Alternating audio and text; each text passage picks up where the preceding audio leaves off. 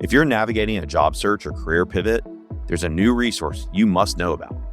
Wanted, a board career by executive coach Marlo Lyons, reveals how board service can strengthen your leadership brand and open doors your resume never will. It's a practical, step-by-step guide for professionals ready to think differently about what's next. The book is available now. Check the show notes to learn more.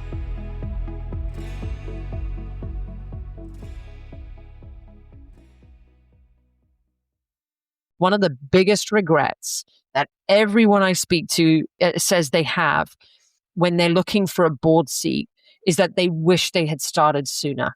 So they wish they had started the process earlier. They wish they had experience.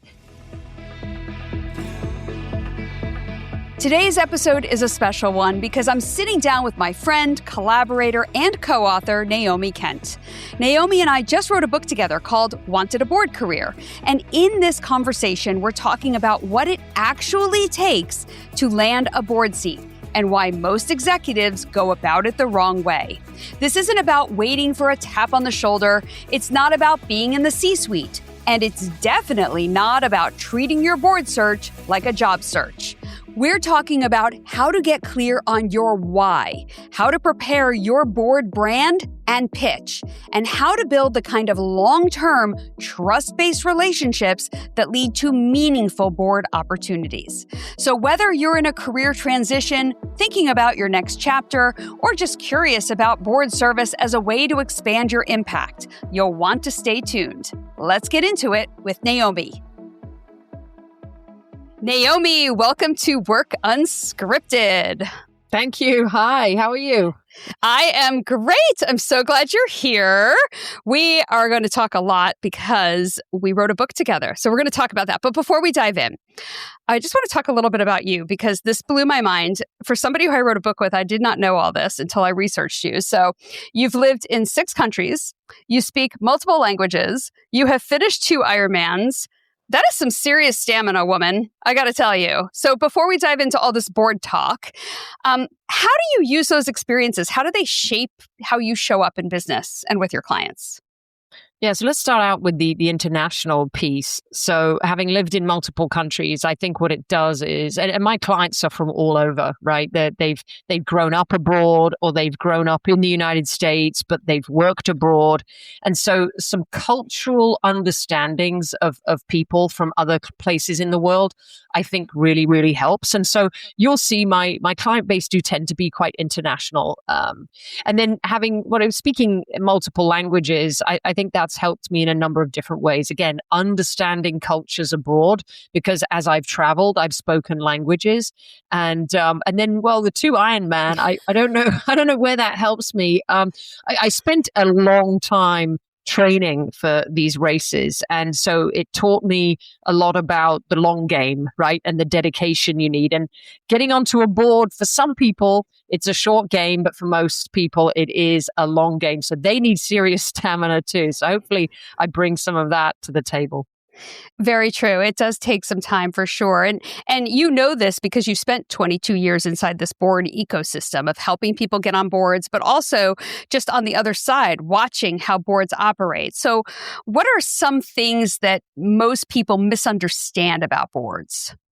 So I think it's actually the process of getting onto a board. And we talk about this a lot in our book, and you and I have had conversations about this a lot as well, which is that it's not like a job search.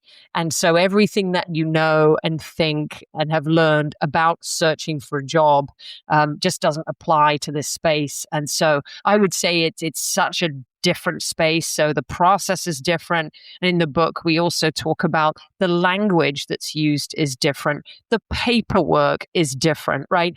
The people you will be speaking to, totally different from your job search or any job search you've ever done. So that's why I think this is the biggest misconception. It's, well, I'm just going to go out and get on a board just like I've done getting jobs in the past, right? And so that's why I think you and I decided to write this book in the first place, was because we just see so many people making mistakes or going at this in the wrong direction. So we're trying to help really shorten that life cycle, right, of getting onto a board. There are very few people who are actually tapped on the shoulder out there in the universe and said, hey, come join my board or come interview for my board. That just doesn't always happen. You have to actually pursue it and pursue it intentionally with all the right documents, with the right thought process and the right language. And we're going to dive into all of that. I think, though, for people who are thinking about joining a board, a lot of people might say, well, I've never been on a board, so why would they want me? Or I'm not in the C-suite, why would they want me? Those are myths, right? I think in many cases they are. For some companies, they do require the experience of having been a CEO, and I think it's extremely valuable. You imagine if you're a CEO or a first-time CEO, and one of your board directors has been a CEO multiple times, that would make an amazing mentor, right? And I would enjoy working with someone like that. But then there are many boards that maybe already have a retired CEO on the board or a retired CFO, and they're looking for additional experience. And then again, one of the pieces of the book that you and I have worked quite extensively on is kind of looking at the different types of boards, and some require certain experiences and expertise, and others require different ones. So really it's about finding your fit, right? Finding what's right for you. So let's dive into the meat of the book. And I just want to point out, bestseller, hello. It is a bestseller. So Wanted a Board Career. This is the book that you and I co-wrote. We started with discovery. We break this book down into 3 parts, right? Discovery, preparation, and then execution. So we're going to start with discovery. It's about helping the readers understand why they want to serve. Why do you need to understand your why? And why is that so critical? One of the most important questions, and one of the most popular questions that you will get asked if you go out to, if you start telling people that you're looking for a board seat, people will ask you why. And I've heard all kinds of answers. I've been on lots of nonprofits and now I want to get paid. I'm bored. My wife told me that I need to get out of the house. We've heard lots and lots of really bad answers, right? And so what you want to do is your initial impression, because this is really the first question you're going to get asked. The initial impression, the first impression you want to give is that of confidence, someone who knows the direction they're going in and has a real a reason for getting onto a board that actually lines up with what boards do and what boards provide. So I think that's the biggest one. It's really just the interaction you're going to have with people. What are some of those motivations, and how do they align with people's values and what's important to them? Yeah, so I've done a number of different surveys with board directors. And overarching, the top answer for why do you want to be on a board, it becomes more of a purpose-driven answer. A lot of the people that are serving on boards have done many, many years as an executive. They've succeeded, they've failed. They may have sold their business. They may have entered into some M&A activity, and maybe it worked, maybe it didn't. And so it's a time in their life where they no longer want to work 80-hour weeks, 90-hour weeks, right? They're actually looking to give sort of back to the kind of other generation, the new generation of CEOs and CFOs and leaders and board members. And so it's a purpose-driven reason why they want to be on a board. And that can be they really enjoy the role of oversight. They want to advise companies on what to do. They like to be in the game, but they don't want to be in the game, right? So they don't want to be working in it. And I think it's intellectual challenge is another really big one on the list. So they're not ready to just sit and read books and play golf all day, but they're actually thinking, hey, I could contribute to some corporate activity without being a full-time executive. And they really like that role. They actually enjoy that. So you and I both work with these executives, and I know a number of executives that have been laid off recently. It's rough out there, and they might be thinking, all right, well, if I can't get a job, I'll get a board service job. I'll sit on a board and become a board member. And I think that could be exciting and intimidating depending upon, who's thinking about doing this. If somebody's thinking about, I want to be on a board, or can I join a board to make up for the fact that I'm not working? Is that a good idea? Or do you think that they would be able to offer something meaningful in that situation? Yeah, I've seen a lot of people, they kind of come to a crossroads, right? And they're sort of thinking, well, maybe they've been laid off. Maybe it's been a traumatic departure. And so they're sort of starting to rethink their whole career. And that happens quite frequently. And I think that's good. I think you should explore other options. Just a couple of things that I think are really important. And we go through this quite extensively in the book, which is, you really need to think, how long is this process going to take? If there's a board opportunity sitting right in front of you, I'd say definitely dive in, right? Go for it.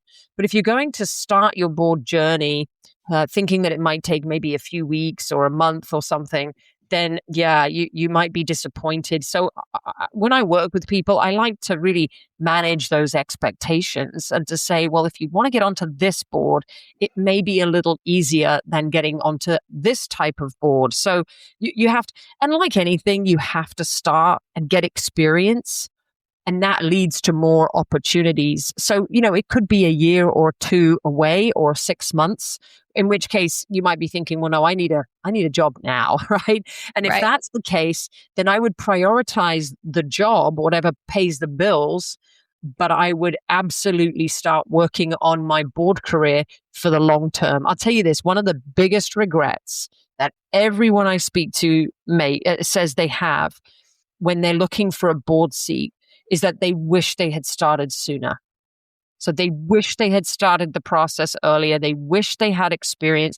But, we all get busy and we have family and career and we put it off and we put it off and we put it off. And then we put it off for so long that now we're competing with people with 10 years of board experience and we're just not that hot, right? In the job, in the board job market, what do you want to call it? So that would be the biggest piece of advice would be to, don't let a layoff or anything that's happening slow you down in getting board ready, but also manage the expectation of how long that's going to take. Now, I've sat on a board. I sat on a nonprofit board in Los Angeles. It was called VIP Mentors. It was amazing. I had such a passion for it. It was about helping nonviolent offenders who were coming out of prison reassimilate into, the society. And so it was very, very rewarding. I even had some of my own mentees. Would you suggest for those people who have not been on a board yet that they should start with nonprofit, or that they have to start with nonprofit, or that nonprofit is simply an option?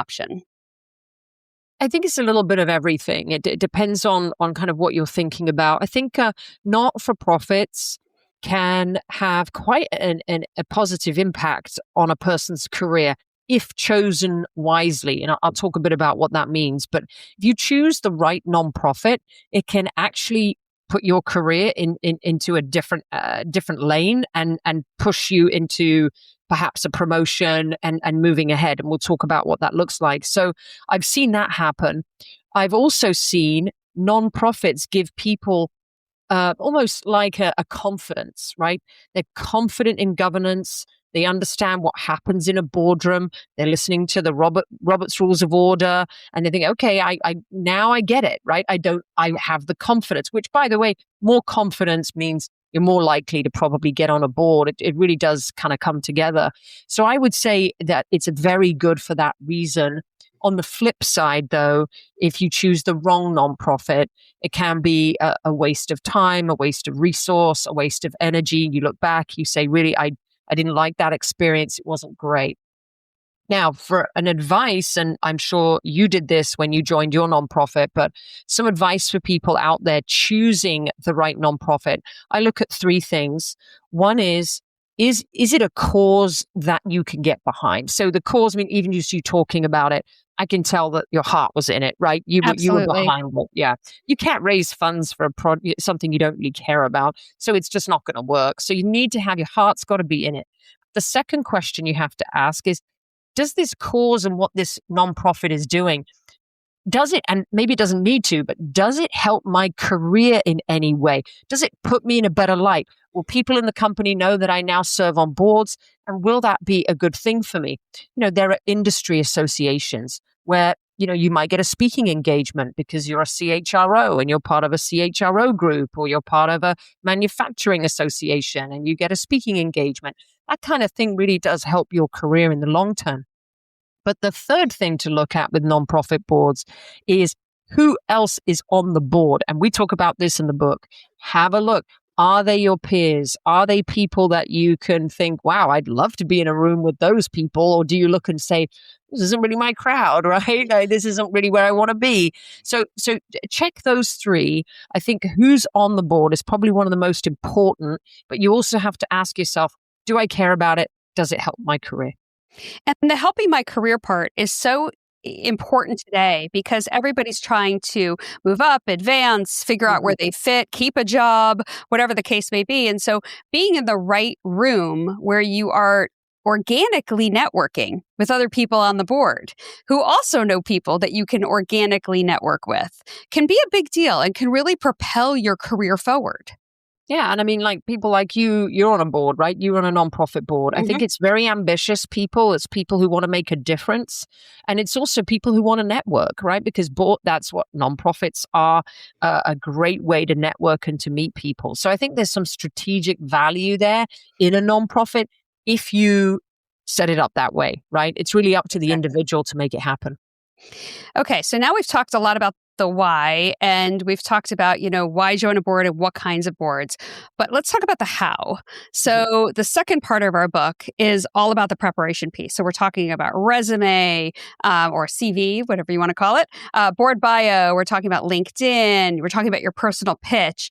And you've built an entire methodology around this. It's called the Boardroom Bridge Method. Can you tell me a little bit about that?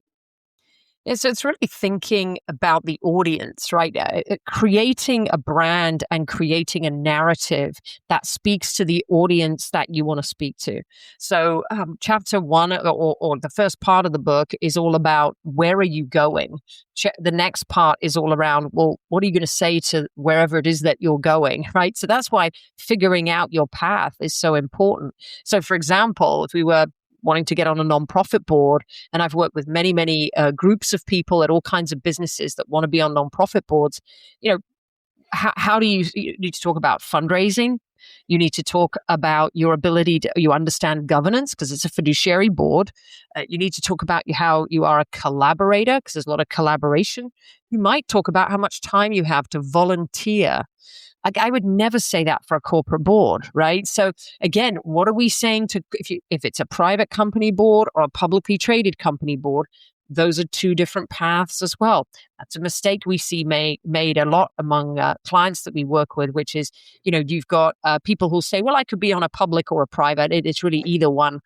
That's very rare, and it's definitely rare if it's your first board. So you kind of have to pick a lane because, as you said, the bio, the LinkedIn, how you speak, what you say, and then who you say it to is going to be a completely different path. So what I love about this book is that you can be on any path and read this book. Sure, there are pieces where you have to go, well, I'm not looking at a private equity board, so I'm going to take that part of the chapter and maybe just absorb it, but I'm not going to take the advice. I'm going to go with another part.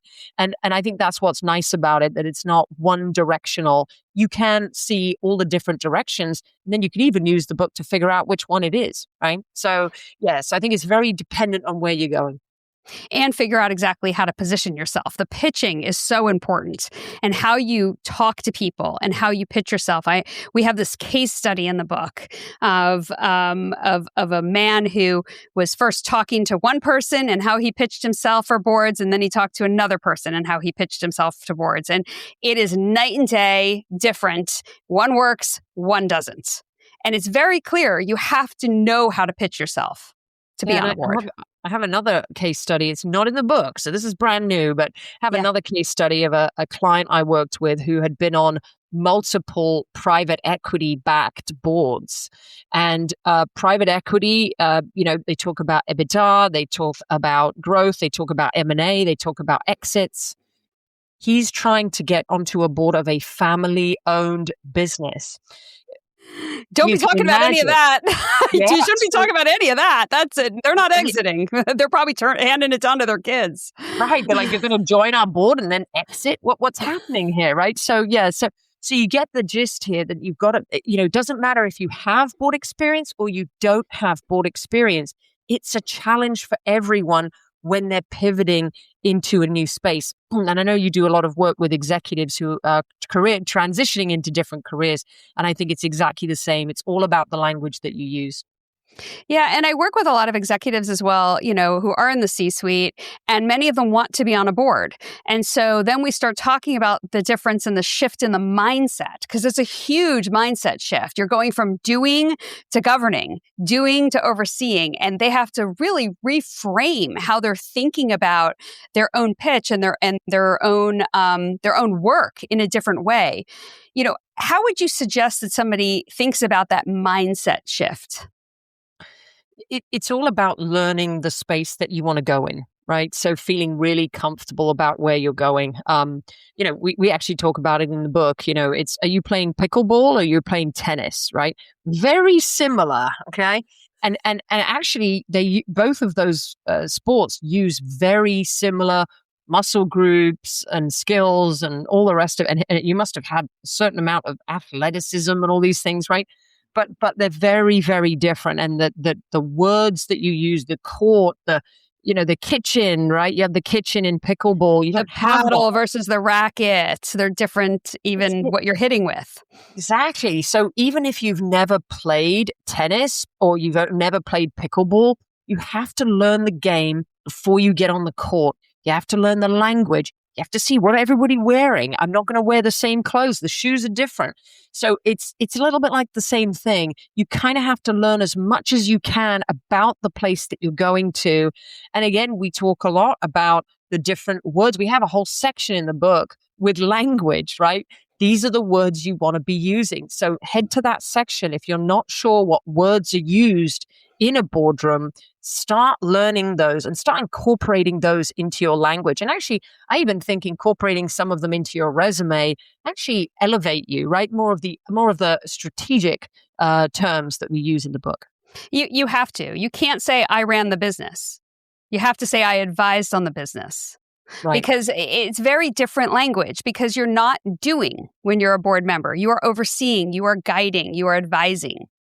And so if I'm going to reframe my strategic value in that way, I know we have all these sections in the book. Can you give maybe an example of what you did with a client on how you reframed their strategic value? Yeah, I think I sort of have to do this with every client. It's whether they're going from an executive role into their first board, or like the example I gave before, where they've been on multiple boards, but now they're looking to go into a totally different space. I work with them on really going through, first of all, the 5-second elevator pitch. So what do you say in the first 5 seconds of meeting someone? It's actually, I think it's most critical time. I'm going to decide whether I want to spend the next couple of minutes talking to you based on the first 5 seconds. And for a lot of folks, maybe if they've changed jobs, changed careers, moved around, it's always I'm a retired CEO. I used to be at KPMG. I spent 14 years at KPMG, right? And I'm looking at you going, I just see you. I don't see the 14 years at KPM. What are you doing now, right? So the ability for you to say, and maybe you sit on a couple of nonprofit boards, right? But the ability for you to say is well, I'm a consultant, I'm an advisor, and I'm also serving on boards, or I serve on boards and I do something else. And I formerly was a CFO at so-and-so, right? So you start out with who you are today, and that's going to trigger the minute you tell people, I am on boards or I serve on boards, I think you're going to open up that conversation. So I start with that, and then we go through other areas like, what are the 3 things that you bring to boards? Let's use board level language as well. And people often fall into the trap of, I'm great at talent development, and I ran a business I ran 400 people and these types of things, which you became a C-suite exec. I'm going to assume it, right? You don't have to state the obvious. And we actually talk about attributes in the book too. And I know you and I have kind of been through those a lot. And board level attributes, one of them is humble confidence, right? So bring the attributes when you talk as well. And I try to bring those out of people. So it's not just what you say, but it's also how you say it. Yeah, it's really important that you're not showing arrogance. You're not showing that you're more important than other people, because board service is just like working in a company in one way. You're going to be collaborating. You're going to be That's right. collaborating. And collaboration, they're going to see, can you get along with the other people on the board? It's that type of interview as well, not just what you're going to bring in the strategic value, but can I work with you? Because you are working. You will be there collaborating and having conversation. And are you respectful of other people when they're speaking? Can you listen? Can you pivot? And to your point, I think there are times when you don't need to tell people your whole life story. You just have to show them what kind of a board member you would be on a board. So, for example, start asking them questions about their business. How's business doing? Hey, what are you planning for what's in your plan for next year? What's in your plan for X? And start providing advice. I can tell you there's so many people who have been offered board positions as a result of one of those or a few of those types of meetings where they give great advice, they ask questions, and the CEO's going, wow, I need this person next to me all the time. Like they've opened up my mind to all kinds of things, and I'm going to go and execute on the things that they've told me about. So sometimes you have to kind of hold back on telling the whole story, but actually just show them what kind of a board member you would be. Exactly. If you demonstrate just a little bit and show the advice that you would give, and if it resonates, they're going to want to work with you. They're going to want it's kind of like executive coaching, right? Executive coaches don't come in to solve. We come in to help you think about things differently. And that's what you're trying to do as a board member is what are you bringing to the table that nobody else is bringing? And how are you helping everybody think about it a little bit differently from an enterprise perspective? There's definitely an element of a sort of coaching style, right? Of working. You've got to be able to probe and ask questions, but you can't assume anything. I think when you come into a boardroom and you're sort of saying, well, this is how we did things at the other company, and so this sounds like a great idea. Why don't you try this? That's not really, that's going to be rejected very fast. Yeah, and also, do I want all the info? Do I want to just do things how the competitor did it? I want to do things differently. So, and maybe it's different for my firm. So yeah, to your point, it's very important to have a good grasp on how to ask good questions. Okay, so let's get to the third part of the book. That's execution. So we covered discovery, we covered preparation, and the book goes extensively into both of those areas. But then when it's time to execute, people freeze because the first thing they're thinking about is, I have to network.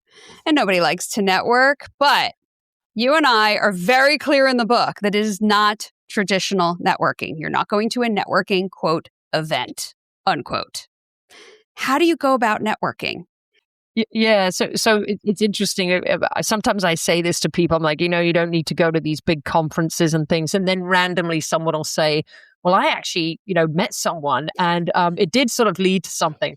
But I always like to correct them and say, but it didn't happen at the conference. You met someone and then you built the relationship. And they're like, yes. So it's all about building relationships, and I think it's the same for jobs. But I want to sort of just go into why boards need to trust each other.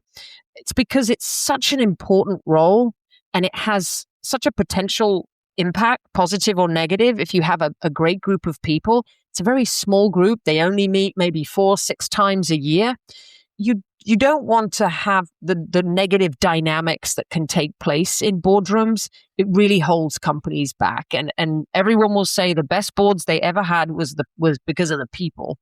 So if I trust you and I know what you're like and I know you ask good questions and I know that you don't attack people with questions that are rude and all these sorts of things, then I'm going to put you forward for my board. You may be a great fit also, but I'm actually going to be looking a lot at your attributes and how you're going to act because I want you to fit in. And it's not that I want you to vote with everyone with the same thing, but I know that you will challenge in the right way. So the trust element is so important. So that's why when we talk about these big conferences, meeting someone once and then going, well, I gave them my business card, so I'm hoping to hear from them in the next year about board opportunities. No, you have to take the time to get to know people. The way I recommend is spend 80% of your time with people that you've known for a long time. They actually are more likely to move mountains for you because I've worked with you, I trust you, we've written a book together, right? Like all of these things well, I know her character, right? I know her character. And so that's why people will often say, well, it's all networks and things. I'm like, there's a reason behind it. It's because of that trust element. So I would say spend 80% of your time with people you know, like, and trust, 20% building new relationships. But my advice is build new relationships through referrals from your existing relationships. Because isn't it better when I say, hey, you must speak to Marlo. She's amazing. Someone is automatically wanting to speak to you. They'll be hot on the end of their chair versus someone you just randomly met, and had a glass of wine with. So there's that difference. Again, the referral matters. And you have somebody have you talking to right after this podcast. You're talking that to is absolutely right. So, and it's all about, and as soon as you learn that, you're like, oh, great, because you now knew that we were connected in some way. And it makes a huge difference because it's that trust builds so much quicker. You don't have to work as hard at it. So Naomi, there's no job boards out there, like really legitimate job boards out there for board jobs. So how do I even find if a board is hiring for a board member? Yeah, this is sort of like, again, when we think about the job search and the board search, there are opportunities that are not advertised in many, many cases. I have seen people join boards, especially advisory boards or smaller boards. I've seen them join that they were never even thinking about adding a new board member, but you came along, right? Someone comes along and says, wow, we just had a great meeting with so-and-so. Marlo was amazing. I think she needs to join our board. Everyone votes, is good to go, done. Now, with some of the larger boards, it's not really done that way. It is much more of a, roll on, roll off. And there are certain times of year when they bring new board members on for obvious reasons, especially publicly traded companies. And they announce it to the market, and it's very, very formal. And it can take quite a long time to get on some of those boards because of that process. But these are not advertised as such. Even the bigger boards in the United States will probably go to search firms. So you could even go to a search firm. It won't be on their website. They will do a very private, confidential search.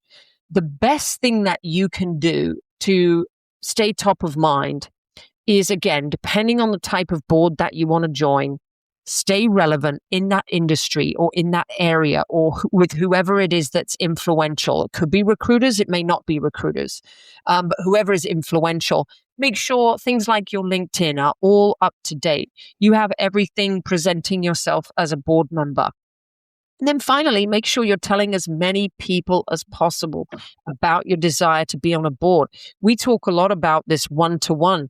You should have a priority list that you start with. Then you should be working your way down that priority list. And it's not something you just do and then stop. It's constant. If you want to build a board career, if you're in your 40s or 50s or even your 60s, you want to build a board career for the next 10, 20, 30 years, you need to be doing this all the time. You need to, and I am actually somebody who has written the foreword, Dennis Chukazian. He actually told me once, he said, I've been on so many boards and I still tell people that I want to be on boards. I'm still telling people today that I am available to join more boards. So it never stops. It's not like you start it once and then you stop.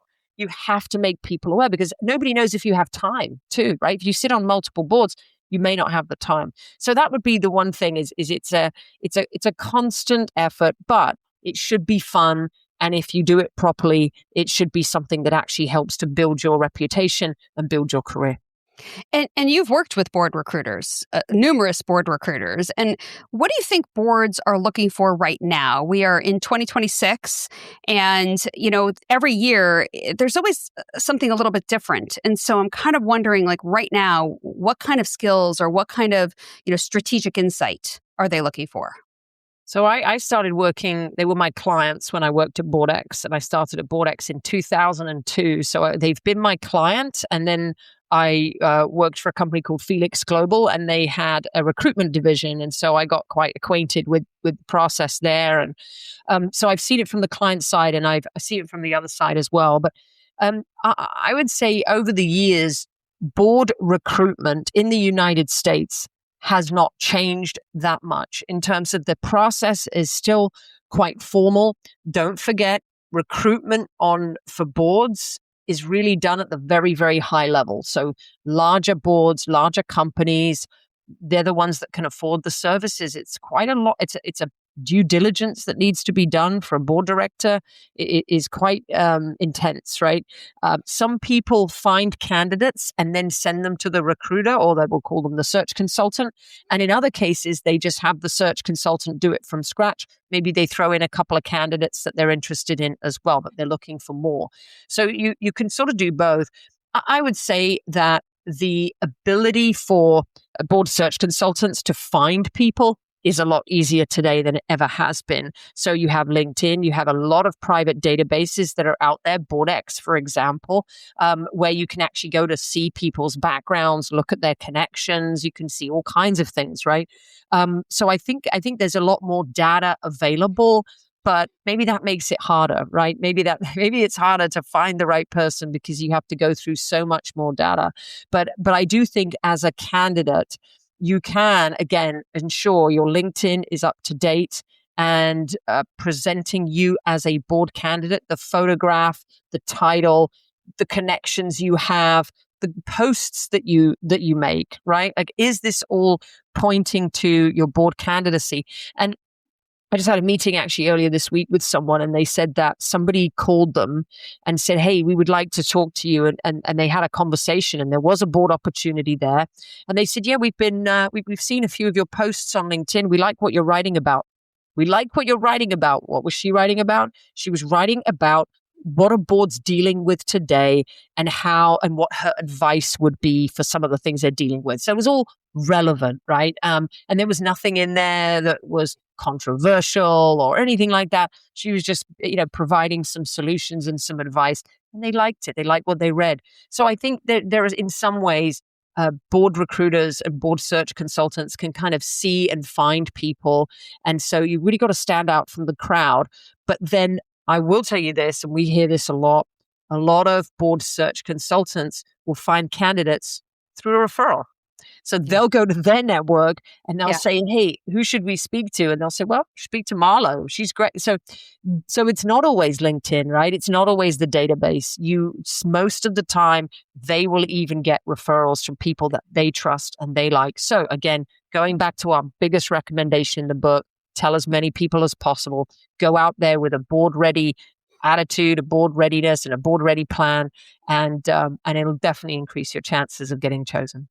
So if I land the interview, okay, what is the one thing that you wish every first-time board candidate would do before they walk into that conversation, whether it's with the search consultant or with the board? What do they need to be doing? There's a whole host of areas they need to prepare for. One is preparing. If you know the name of the company, if you know who you're talking about, you need to do a lot of research into the company. So again, forget everything you've heard or you know about your job search, which was probably, I look at the website, I look at the person's LinkedIn, and off I go. For boards, a very deep research on the company, read all sorts of news about them going back pretty far. Who are the investors? What have the board members been in the news at any time? Go to the LinkedIn profiles, look at all of them. I would not just look at one or two of them. I'd look at all of them. I would also look at who's running the business. What's the CEO's background? Is it a sales background, a finance background, an industry background? I would do everything. We talked about going to Glassdoor and reading about the company. You need to know everything. And then the second thing is every single meeting is a potential interview, whether it's just with the search consultant. So clothing, where you're sitting, how you're sitting, you have good lighting, you have good sound, you have good Wi-Fi, everything. You have to be very, very careful that you don't mess up. I've seen people mess up many, many times on these things. So take it really seriously. But yeah, the research beforehand is absolutely essential so that before you walk into the conversation, you're ready. And then, of course, as we go earlier in the book, we talk about, the three things you bring to boards. What's your 5-second elevator pitch? What are you need to have everything laid out. You don't need to tell them everything, but you need to choose what are the things that really matter to this conversation, because you could have many, many different topics that you're an expert in, or you could pivot, right? I'm sure most board directors and people who've been in a C-suite position have handled many different situations, but what really matters to the person that you're speaking to. So, and you have to be able to speak in the right way, show those attributes. It's quite complex. And I would practice. Yeah, and you should practice. And just remember, like, it's not about proving your worth. It's really about demonstrating your fit. It's your fit for that specific board. And your fit is, everything from, your character and your values all the way down to, do you bring the expertise that they happen to need? They have a gap, right? And they're looking for your expertise that can come in and help them with that gap. Or simply, do you ask the right questions, like you said earlier, that make people think differently? So I think, think about how you fit and how, if you were sitting in that boardroom, what questions you would ask. Yeah, and I think when somebody's already read your resume, they know about you. You don't have to tell them everything. So to your point, you need to start proving that you would be a good fit on that board. And not just sort of regurgitating everything from your career history. So exactly. And so, Naomi, before we wrap, I just want to zoom out a little bit. You have helped so many executives turn board service really into a second act for their lives. It's not just a title. So what is the common thread that you would say really helps people thrive in board service versus just being, collecting board seats and saying, I've been on so many boards? I think there's a number of things. I think you have to be curious. I think you have to want to learn.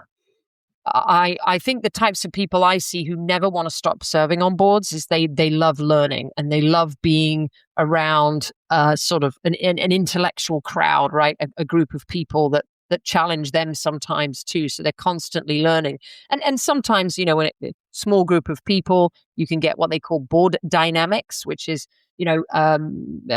perhaps disagreements on the board or perhaps some situations that maybe aren't as favorable to certain boards. But I think just generally, they're all looking to further, what they do. And they're not trying to prove anything anymore. This isn't about getting the C-suite role, the corner office. It's not about that. It's about being able to provide value to an executive or a group of leadership team that will help build their business. I'd say they love building businesses.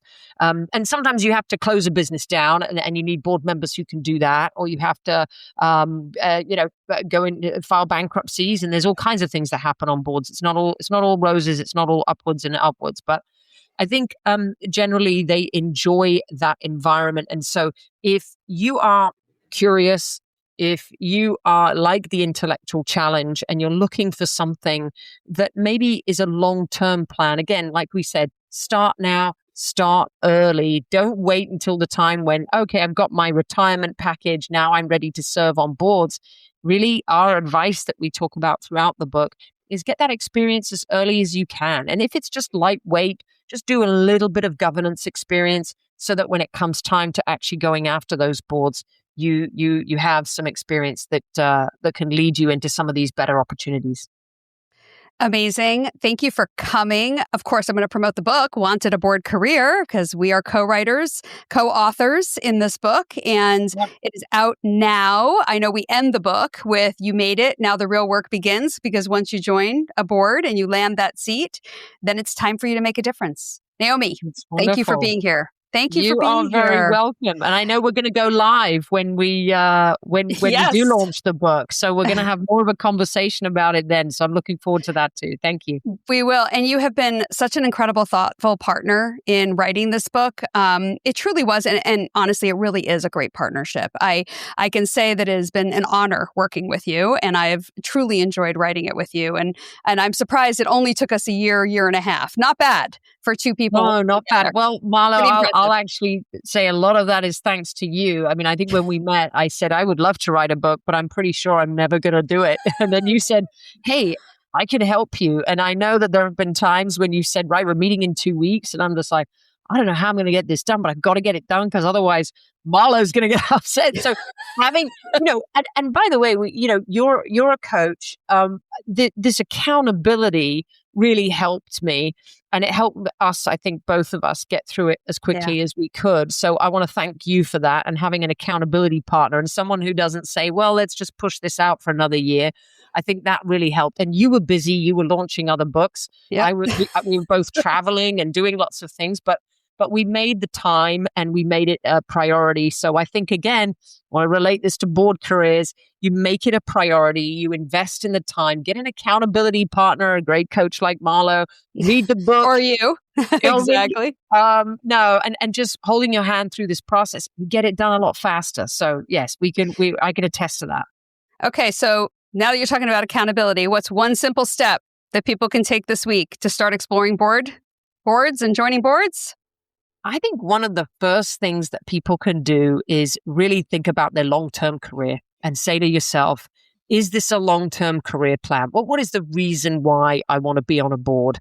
And there can be lots of different reasons. So I would start with that, but I would definitely think you need to have a long-term plan for your career. Too many people they get pulled and pushed around by promotions and, this is great money over here, promotion over there. Your board career, you can actually plan it out. So I would say make a plan. Yeah. Beautiful. I love that. And that is what this podcast is all about, Work Unscripted, discovering the next version of yourself through these honest conversations about work and reinvention and purpose. So if somebody wants to reach out and find you, maybe they want some coaching on their board career, how do they find you? So my website is www.theboardroomco.com. And you can also find me on LinkedIn as well. And you and I are connected, so there's some connection there. But Naomi Kent, if you just search Naomi Kent, The Boardroom Co., I probably will pop up. So perfect. Naomi, thank you so much for being here. Enlightening conversation. Hopefully more people will pursue board service after listening today. Thank you. Amazing information. And it was great authoring with you. Thanks for having me. Thank you very much.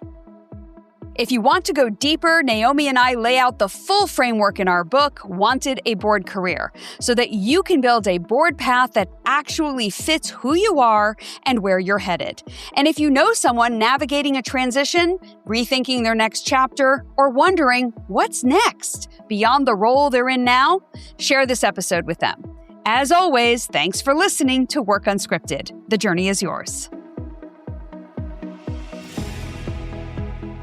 Work Unscripted is produced and edited in partnership with the team at Palm Tree Podco and 21 Digby. The content for this week's episode was created by me, Marlo Lyons.